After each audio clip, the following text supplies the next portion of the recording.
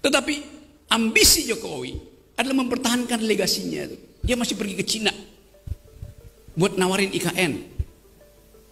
Dia masih mondar-mandir dari satu koalisi ke koalisi yang lain untuk mencari kejelasan nasibnya tuh. Dia memikirkan nasibnya sendiri. Dia nggak pikirin nasib kita.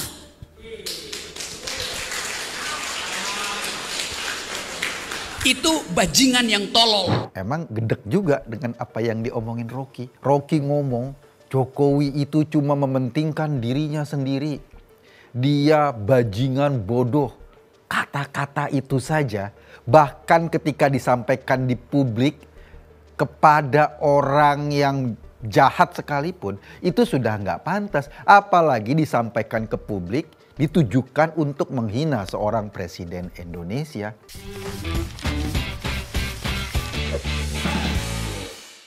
Ini lagi rame ini soal videonya Rocky Gerung yang berbicara di hadapan para buruh yang berencana bikin demo di Jakarta tanggal 10 Agustus nanti. Sebetulnya mau demo, mau menyalurkan aspirasi apalagi bagi kaum buruh itu ya nggak masalah. Tapi video Rocky pada saat itu kalau ditonton emang nyebelin. Bagi orang-orang yang merasakan Indonesia sudah sampai seperti ini di bawah pemerintahan Jokowi, emang gedek juga dengan apa yang diomongin Rocky.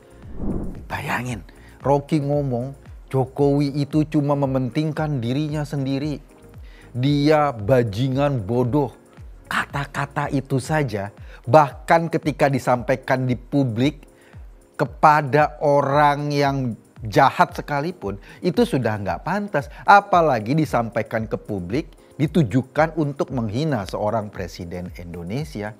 Wajar kalau beberapa orang atau beberapa organisasi pendukung Jokowi marah dan kemudian melaporkan kasus ini ke polisi.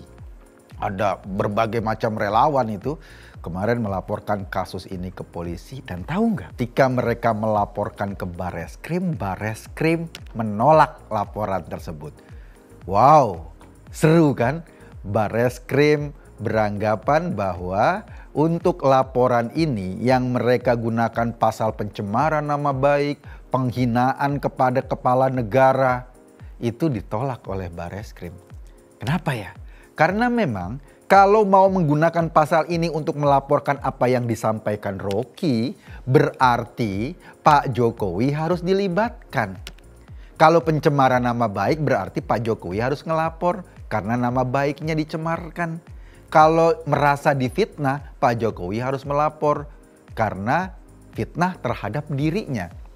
Begitupun kalau soal penghinaan kepada kepala negara. Artinya Pak Jokowi secara personal harus melapor. Ini yang kayaknya nggak mungkin dilakukan oleh seorang Jokowi. Urusan Rocky, urusan caci maki yang remeh-temeh ini, Pak Jokowi udah ngelewatin banyak hal yang barangkali jauh lebih serem dari apa yang diomongin Rocky. Dia dituduh PKI, dia dituduh sebagai antek Cina lah. Sekarang Rocky ngomong bajingan dungu lah. Dia dituduh pelanga-pelongo. Banyak sekali penghinaan yang secara personal ditimpakan oleh para pembencinya kepada Jokowi. Tapi itu bedanya. Dia tidak bereaksi atau tidak mau menanggapi soal remeh-temeh kayak gini. Kita yang nonton, iya, merasa ada ketidakpantasan di situ. Tetapi sebagai seorang presiden yang jiwanya jauh lebih luas dibanding sejiwanya Rocky Gerung misalnya, atau dibanding jiwanya Refli Harun yang juga ikut memposting video itu, atau barangkali Amin Rais yang sampai sekarang masih kancil pilek terus-terusan, atau Rizal Ramli yang merasa paling hebat sedunia itu. Dia nggak mau ngurus-ngurus yang kayak begini.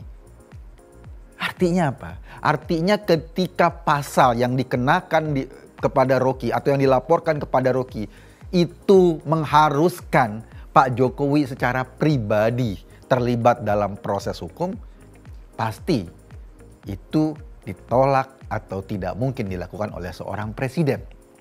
Jadi kita memaklumi kalau kemudian Barreskrim menolak karena Presiden Jokowi itu nggak mau ngurusin yang kelas kambing kayak gini. Urusan dia masih banyak urusan dia memikirkan bagaimana negara ini tetap jalan, tetap bergerak ke depan. Sementara para pembencinya justru dengan Rocky ngomong kayak gitu, dukungan publik kepada Pak Jokowi makin kuat. Dengan caci makinya justru orang melihat caci maki ini tidak relevan atau tidak sejalan dengan kenyataan bahwa Pak Jokowi tidak seperti apa yang disampaikan oleh Rocky. Bagaimana mungkin presiden kita dungu kalau kebijakan-kebijakannya itu mampu mengangkat ekonomi Indonesia. Kita lalui COVID dengan relatif lebih stabil dibanding negara-negara lain. Saat COVID, ekonomi kita tetap jalan, kalaupun terseok-seok, tapi tetap tumbuh. Ketika kebijakan hilirisasi dibuat, nikel saja yang tadinya kita cuma bisa ekspor nilainya 35 triliun, dengan kebijakan hilirisasinya Pak Jokowi, kita punya hasil ekspor berlipat-lipat sampai 500 sekian triliun. Warga atau masyarakat yang terlibat yang tadinya belum hilirisasi di Sulawesi Tengah misalnya, atau di Maluku yang ada tambang-tambang nikel, paling sekitar 1.000 orang yang terlibat dalam proses pengerjaan. Ketika hilirisasi, jumlah masyarakat atau tenaga kerja yang terserap itu bisa sampai 15.000 sampai 25.000. Dampak ekonominya luar biasa. Ini yang dibilang sama Rocky Gerung bodoh. Ini yang dibilang sama Rocky Gerung bajingan. Kan lucu. Kita saja ketika di Jakarta sekarang, orang-orang Jakarta ini tiba-tiba pada masa ini, pada zaman ini, kita bisa ngeliat ada loh kereta bawah tanah MRT. Pada masa ini juga ada loh kereta satu rel LRT itu. Ada loh pembangunan yang sedemikian luas. Bandara-bandara kita, bendungan-bendungan kita. Ini semua dirasakan oleh masyarakat. Tapi orang-orang kayak Rocky, orang-orang kayak Amin Rais terus menerus bilang presidennya bodoh lah, presidennya tolol lah seperti yang Rocky omongin atau dungu. Amin Rais bilang bebek lumpuh lah, entah istilah-istilah kacangan apalagi yang disampaikan oleh mereka. Tapi itu tetap tidak mengubah fakta tentang karya atau tentang hasil yang sudah dijalankan oleh Pak Jokowi. Dan Pak Jokowi nggak mau merusak karya-karyanya itu, merusak legasinya itu yang sudah nyata kita rasakan hanya mengurus seorang Rocky. Mana mau? Makanya wajar kalau laporan dari relawan Jokowi ditolak oleh Bareskrim. Kenapa? Ya kalau bahasa anak sekarang nggak level. Ini omongan orang aneh. Makanya Rocky selalu yang diserang itu adalah pribadinya Pak Jokowi.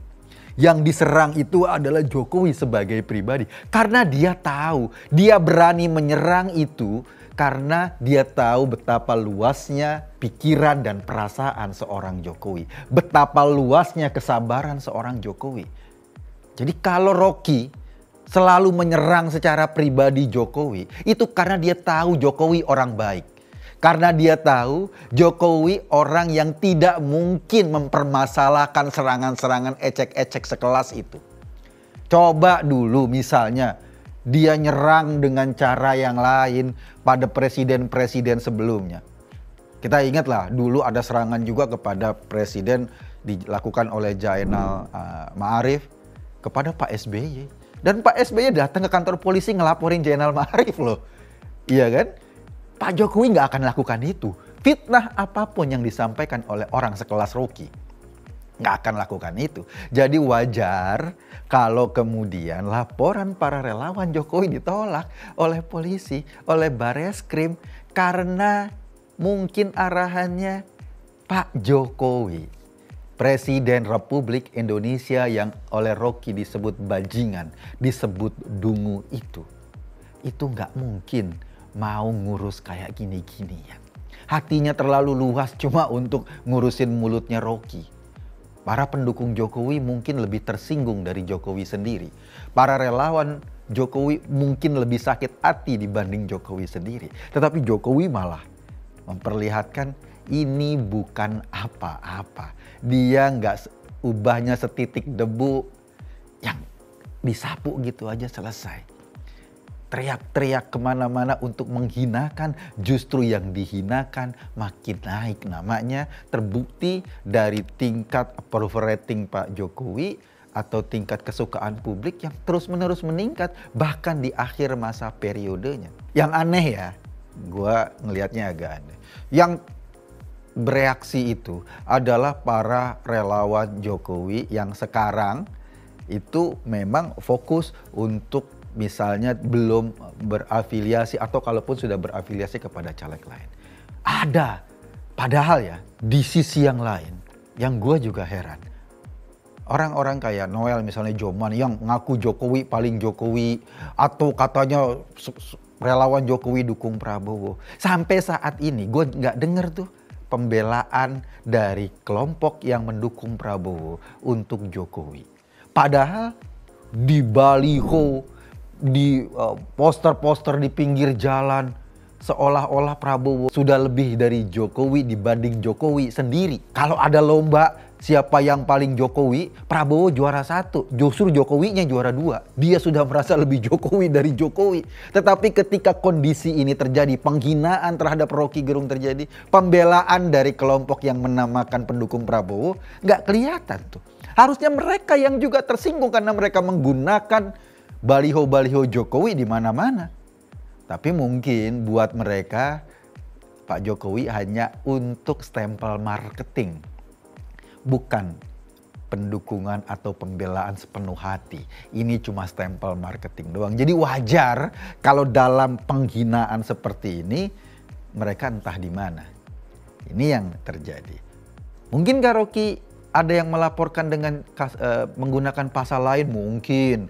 Ada pasal hasutan di situ ketika dia menghasut ingin memacetkan jalan tol di Jakarta pada tanggal 10 Agustus nanti. Ada pasal yang membuat kegaduhan misalnya.